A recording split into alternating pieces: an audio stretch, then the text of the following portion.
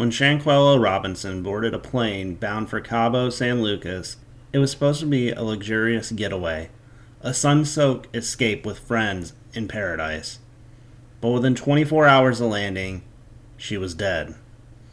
Her travel companions claimed it was alcohol poisoning, but her body told a different story, a violent one, a spine fractured, a neck snapped, and a video that would send shockwaves through the internet and raise one terrifying question. Did Shanquella die at the hand of her so-called friends? This isn't just a story about a mysterious death in Mexico. It's a betrayal, cover-ups, and a family's desperate fight for answers in a case that is still, years later, remains unsolved, shrouded in silence.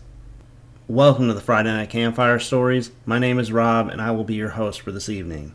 Here on the channel is the home of horror, history, and the hauntingly real. This is my series Far From Fiction. This is a series where I dig deep into true crime stories that refuse to stay buried. If you're new here, please consider subscribing.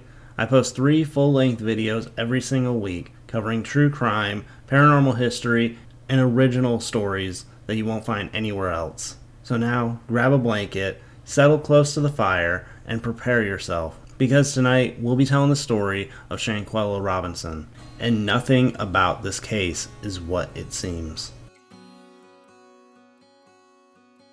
Before her name was a headline, before the theories, the outrage, the viral video, Shanquella Robinson was simply a daughter, a friend, a dreamer. She was building her own empire, one braid, one sail, one post at a time. Born and raised in Charlotte, North Carolina, Shanquella was just 25 years old.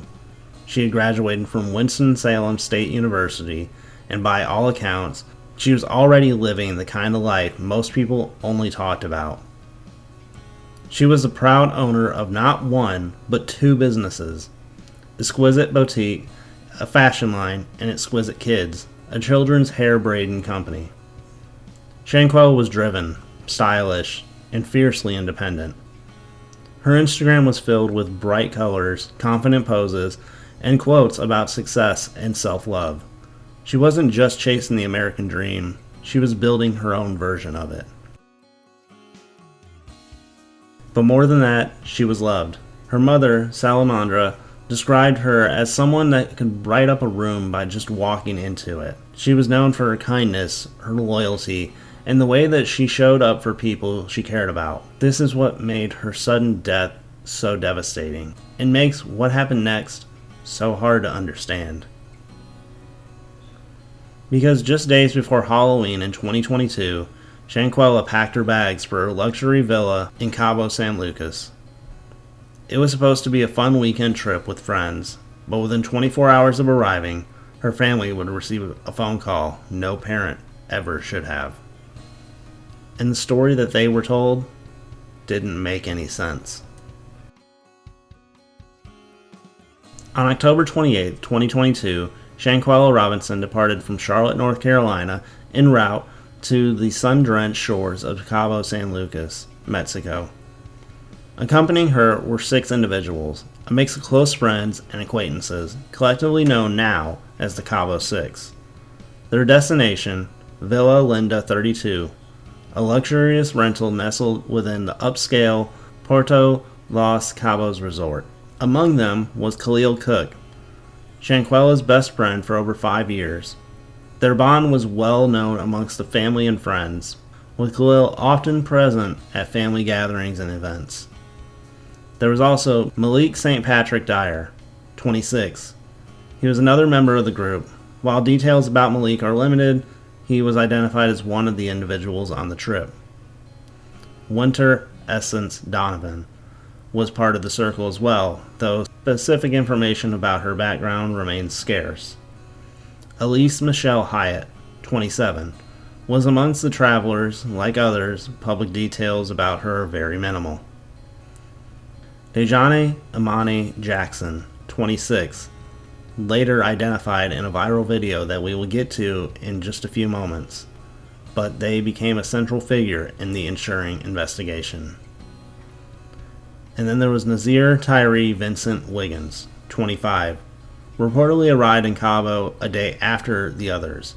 He claimed to have been unaware of any altercation, stating he was not present during the incident. What was supposed to be a celebratory getaway quickly turned into a harrowing mystery. Within 24 hours upon arrival, Shanquella was dead. The initial explanation given to her family was alcohol poisoning, but emerging evidence would soon cast doubt onto that narrative. In their first night in Cabo San Lucas, the villa was stunning. Arched ceilings, marble floors, a private pool overlooking the ocean. Shanquella had shared glimpses of the place on social media. She even looked relaxed, excited, and alive. That evening, according to other guests, the group drank heavily and enjoyed dinner together at the villa. Everything they said seemed fine. By that morning, things took a sudden and disturbing turn. At approximately 2:13 a.m. on October 29th, a doctor from a local clinic was called to the villa. The group claimed that Shanquella was unresponsive due to alcohol poisoning. When the physician arrives, Shanquella was still alive, but barely. The doctors reportedly tried to administer an IV, but Shanquella's condition continued to deteriorate. Emergency services weren't called until approximately 3 hours later. By the time that the paramedics had arrived, Shanquella Robinson was declared dead. The group had just told authorities that she had just drank too much, and that her body just simply couldn't handle the amount of alcohol that she had consumed. There was no mention of trauma and no indication of violence. The official report filed by the Mexican police echoed the same narrative: alcohol poisoning. Her body was quickly prepped for a transport home. No autopsy was conducted immediately. No deeper questions were asked. But something didn't sit right with Shanquella's family. Her mother recalled how Khalil Cook, Shanquella's supposed best friend, came by the house in Charlotte after the news broke. He brought her suitcase. He told the same story, that Shanquella had too much to drink and that they tried to help. But when the autopsy finally did arrive, it told a completely different story. When the autopsy arrived in Charlotte, it felt like a gut punch. Shanquella's mother remembers reading it over and over, trying to make the words make sense, but they didn't. Because, according to the report, Shanquella Robinson did not die of alcohol poisoning.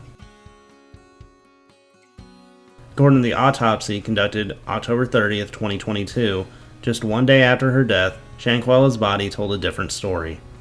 It revealed a broken neck and severe spinal cord injury. The cause of death was not listed as alcohol poisoning, but severe spinal cord injury and atlas luxation, a dislocation of the vertebrae in the upper spine. The report also stated that Shanquella likely died within 15 minutes of sustaining her injuries. This is the part that didn't make much sense to me, since the doctors were there for nearly 3 hours before she had passed. But more importantly, there was no mention of alcohol in her system. Suddenly, the entire narrative began to crumble. How could someone die of alcohol poisoning if their spine was broken? How did a group of 6 adults all claim the same false story? And why did it take over 2 hours for medical help to be called when Shanquella was clearly in distress? These questions ignited a storm. When the story hit social media, people began demanding answers. Hashtags like #JusticeForShanquella exploded overnight. Journalists, influencers, and even celebrities joined the outcry. The pressure was mounting, and it reached a point that can no longer be ignored. In response to the growing outrage, U.S. and Mexican authorities reopened the case. The FBI launched a formal investigation, and soon, new evidence emerged. Evidence that would leave the public horrified. A few days after Shanquella's death, a disturbing video surfaced online. Grainy, shaky, shot on a phone, but it showed a young woman, naked and visibly disoriented, and being brutally attacked inside the villa. That woman was Shanquella Robinson. This video, that was barely 18 seconds long, captured one of the most horrifying truths of the case. A woman, later identified as Dejane Jackson, reportedly struck Shanquella while others stood by. No one intervened, and only one male voice is heard, and all it says is, "Quella, can you at least fight back?" She didn't. The clip spread like wildfire. Within hours, it was trending across social media. The public was shocked, not just by the violence, but by the coldness, the betrayal. These weren't strangers, these were so-called friends. Outrage erupted across the entire country and beyond. Shanquella's story was no longer whispered injustice, it became a rallying cry. Hashtags like Justice for Shanquella trended worldwide. Activists and celebrities, including Kyrie Irving and Cardi B, called for immediate arrest. Online sleuths dug up the identities of the Cabo Six and began piecing together timelines, flight records, and social media activity. But that video didn't just shift public opinion, it reignited an official investigation. Mexican authorities reclassified the case as femicide, a gender-based killing, and issued an arrest warrant for Dejane Jackson. Yet, despite the warrant and overwhelming evidence, Jackson had not been extradited. As of now, no one in the Cabo Six has been formally charged in the United States. As the world watches the clock tick, one question remains. Will justice ever come for Shanquella Robinson? They were once just names on a guest list, and now they were at the center of an international mystery. The group of friends who traveled with Shanquella to Cabo San Lucas, known online as the Cabo Six, since have become infamous.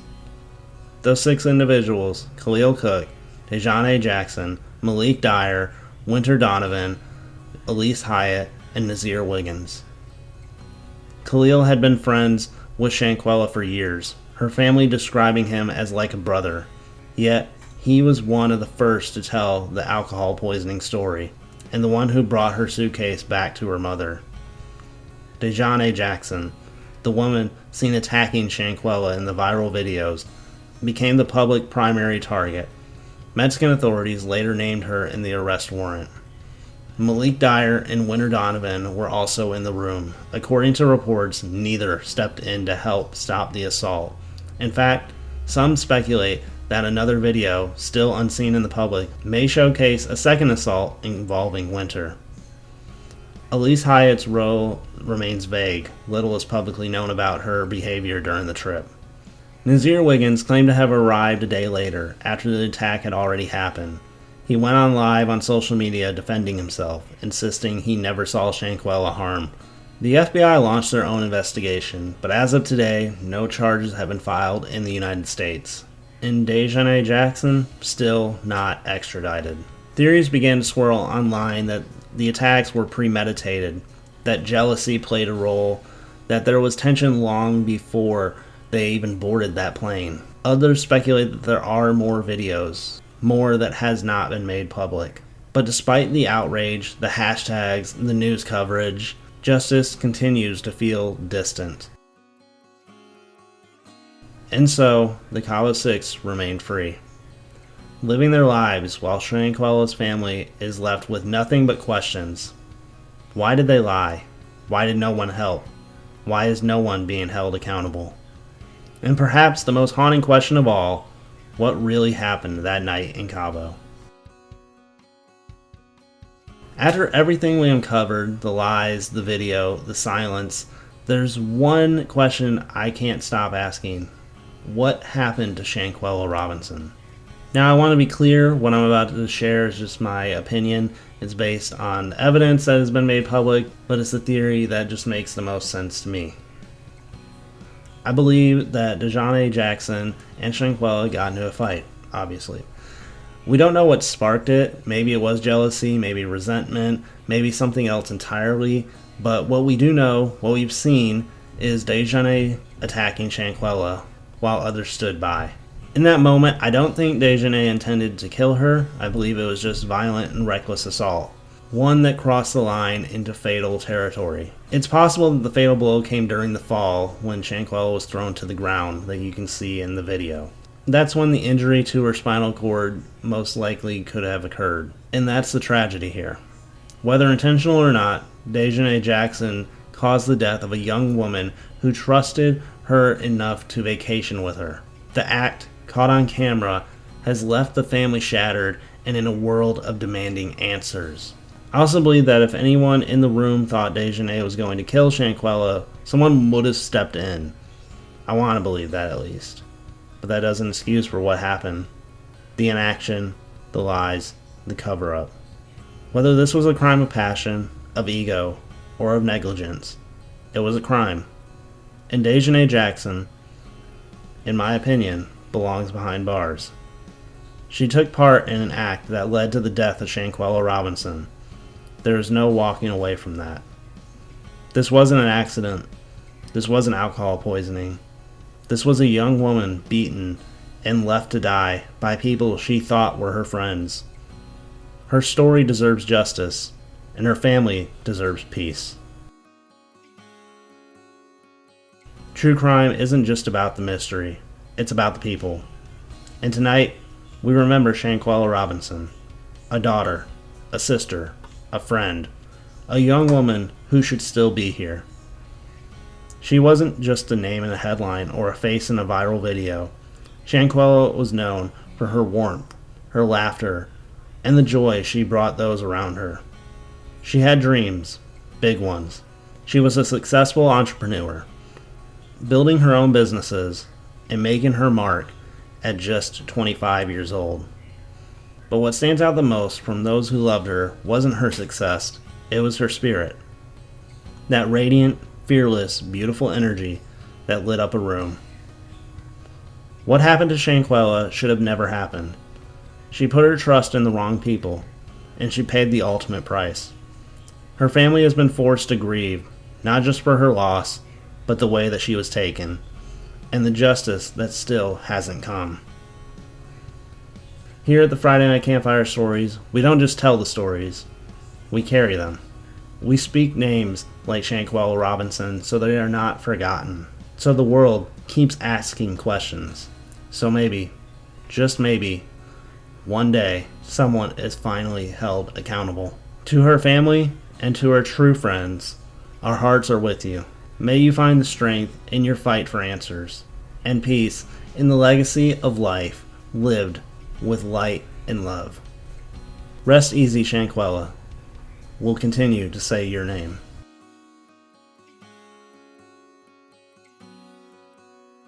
Thank you for staying with me through this emotional journey. Stories like Shanquella are never easy to tell, but they are so important to tell. And if you found any meaning in tonight's episode, I'd be honored if you subscribed to the channel and joined our growing community. Here at the Friday Night Campfire Stories, I bring you 3 full-length videos every week. On Mondays, Echoes of the Past, where I dive into haunted histories of real-life locations and legends. Wednesdays, right here, it's Far From Fiction, my true crime series uncovering some of the darkest and most mysterious cases. And Fridays, that's where it all comes full circle with the Friday Night Campfire Stories, the namesake of the channel, where I read a chapter straight from one of my original stories. And if you enjoy the kind of storytelling that chills your spine and stays with you long after the video ends, then this channel is for you. Also, don't forget to check out my latest book, A Perfect Journey Through Villainous Eyes. It's a dark, twisted ride through the minds of those we fear and trust the least. Until next time, take care of yourself, take care of each other, and never stop asking questions. As always, thank you for spending a little bit of your evening here with me.